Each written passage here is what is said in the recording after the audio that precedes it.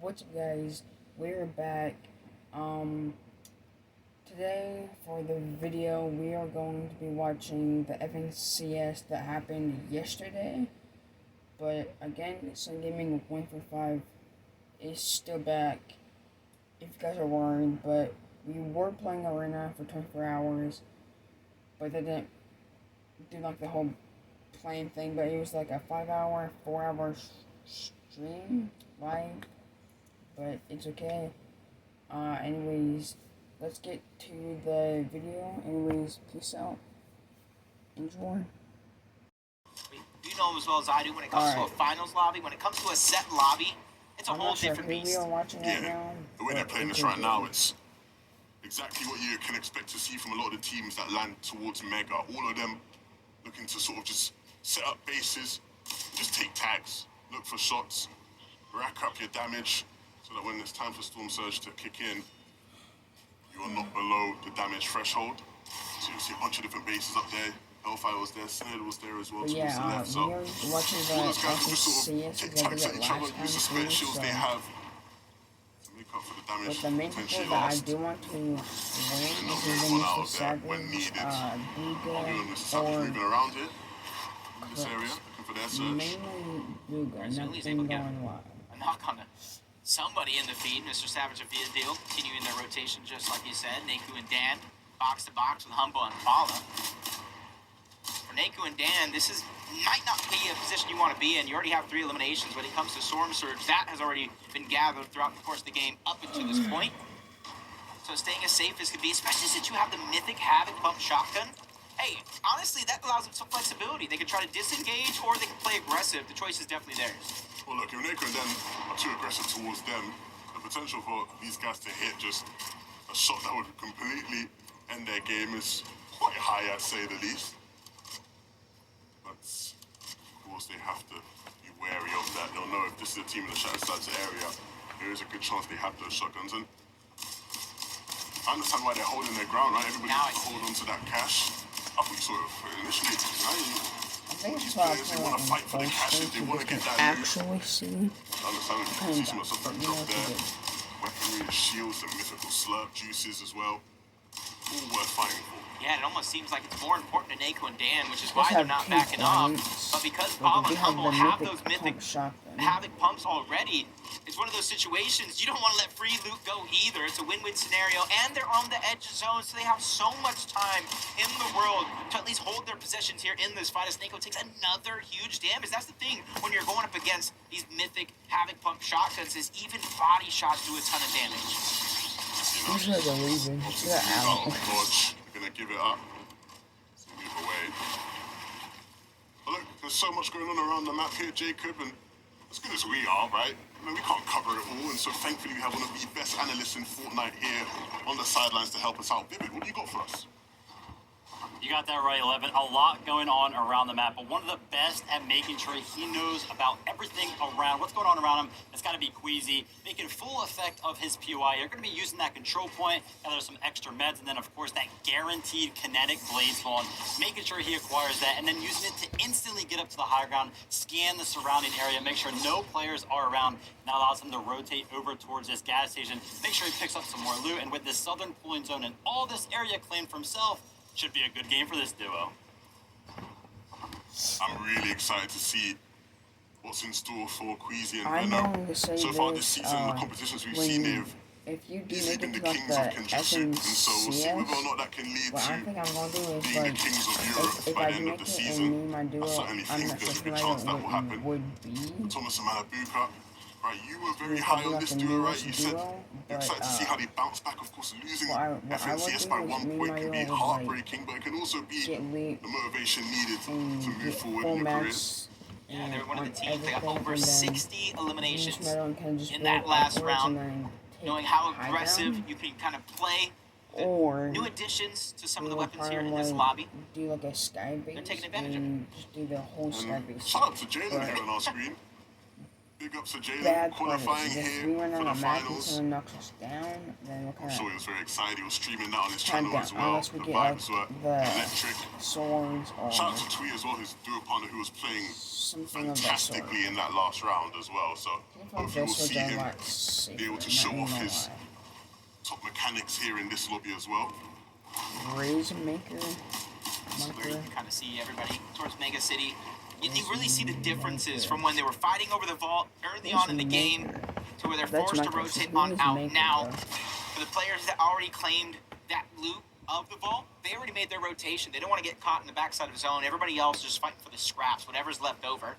Pixie and Della, though, talk about scraps. They don't have to fight for that. They're just trying to capture that point so they can get those overclocked pulse rifles. Yeah, you do not want to give it to these guys. No, not at all. Very, very scary team. Pixie and Della, one of the better teams in this lobby, you'd say. But they need to be careful because right now, the island's not going to go for free. It's Ziandi and Uguay who want to fight for it. They want to take it. And they have a fight on their hands. Pixie and Della, right?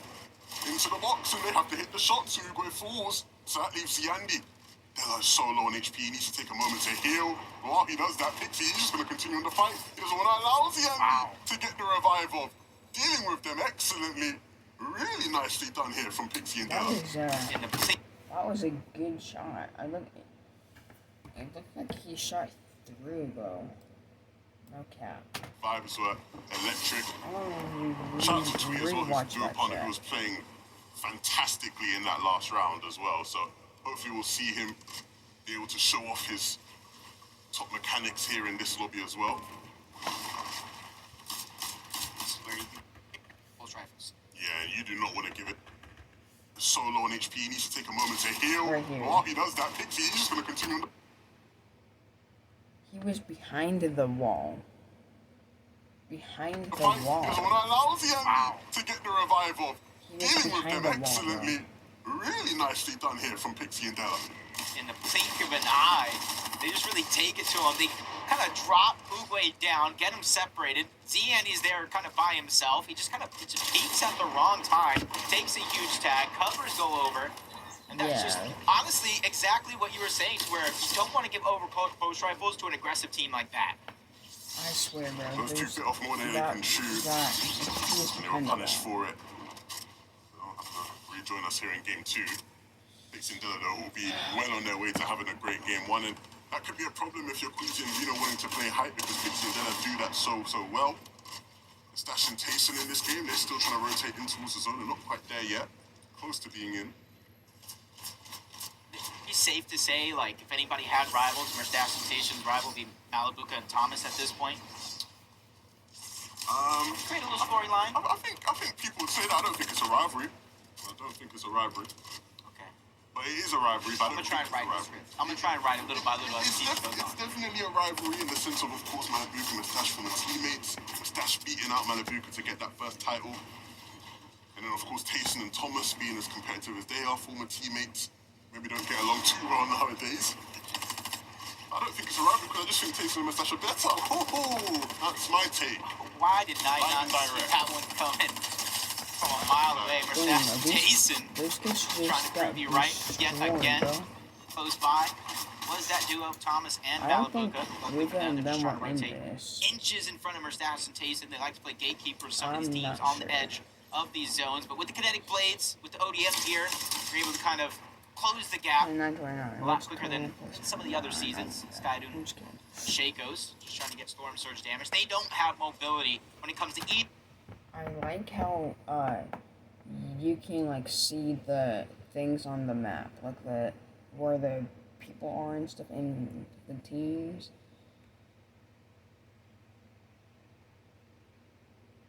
Because the colors will match up and it will show like where their own teams are and stuff. So far it looks like there's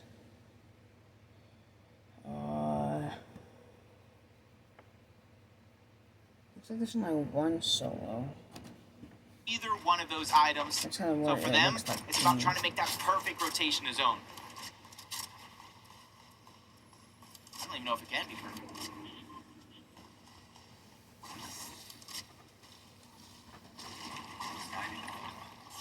actually doing a good job of utilizing the shield bubbles, which you see more in zero builds than you do in the regular mode, but they're well above the damage threshold when it comes to Surge.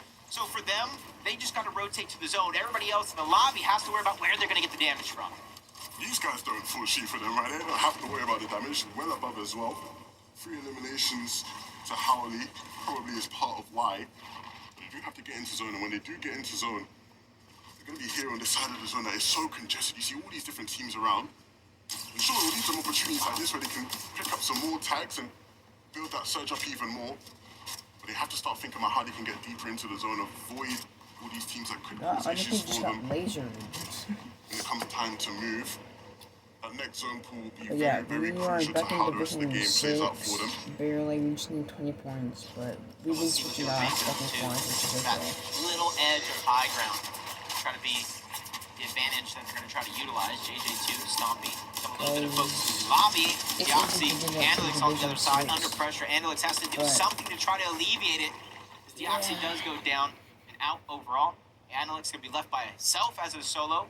And Stompy and JJ2, they have the choice. Well, one thing what they should do is when they're in like a box fight type of thing, instead of trying to get high ground, they should just do like the whole box fight thing and like make walls and make everyone their walls and try and box the other people up and then use your walls and then do it that way.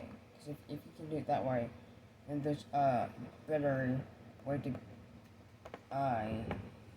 what's the word? Either like get a shot off of them or just fully one shot them or something. But you had to have the mythic one shot. Anyways, let's get back. They could take what they came for, get the loot, continue on, try to go to zone, or they could try to fight Andalix, hoping that he's just left here on the edge of zone by himself. But as the zone continued to pull west, if that is your plan, you have to go now. Otherwise, this is going to become quite congested in a couple minutes. And of course, if you've been watching competitive Fortnite for a long time, you'll be no stranger to seeing Andalix survive as a solo for long periods of time and having good games. See if maybe you can reach some of his previous best form here in this game to do just that. Look at what the Elix going on all around the map. I watched this part when I was first watching it. From Code Jerky. Got some good heals out of that as well. I don't know what he actually picked up, but overall he did have 3 different legendary slurp juices. That's enough to honestly stagger yourself to the backside of the zone. Take some time rotating here before you figure out what that right move is. He lost his teammate, so he is going to have to do it as a solo. Fast Strokey, though, and Hydro trying to utilize the ODM gear, and there goes the snap strikes. He's trying to break through the box, and he does it perfectly. He breaks the box. Fast Strokey goes in, replaces it, and lands the shot to get the... I feel like the new mythics are now a problem. Like, I don't know, one person has used them on me, but they're a little overpowered, not even gonna lie. But I think they should have taken them out on the FNCS games, but that's just me. The elimination, but they're only 86 above the damage threshold. That's not much. That was so clean, though. The way they got those limbs was so clean, so effortless for them. For Strokey and Hydro, like you said, they're not sitting comfortably in that regard, and so they'll have to keep it moving and finding more damage as they go along. And that's the same here for Nico and Dan. Barely just being above right now. They desperately have to find tags. If they know that Queasy and Veno are in that box, they might decide to just hold them, yeah? You can see that they both have to rotate towards the east. And because Dan and Nico are sitting ahead, they can just sit here and force those guys to hold a chunk of damage. Manabuka and Thomas took the damage of their own onto the Totem boys. Just trying to put the pressure. Don't let them have any sense of comfortability, even though they're the ones that are high in the sky for now, being able to kind of look over everybody else in the lobby, gather that information, try to paint a picture of where this rotation is going to come through. It's not going to be a far rotation like some of the other players in this lobby, but they're going to be rotating into a very, very stacked part of the zone, both inside and outside. Purple red eyes, tails.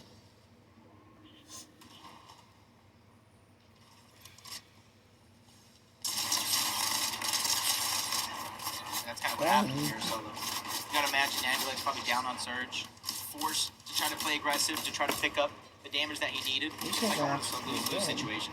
But anyways, guys, this will be it for this video for today. Don't forget to hit the subscribe button, like Send Defensive Family, and hit the ring button. Again, Send Defensive Family to see if they want to know what I do, and if they want to subscribe. Our goal is 400 subscribers. Anyways, peace out. I'll catch you guys later. Bye, guys.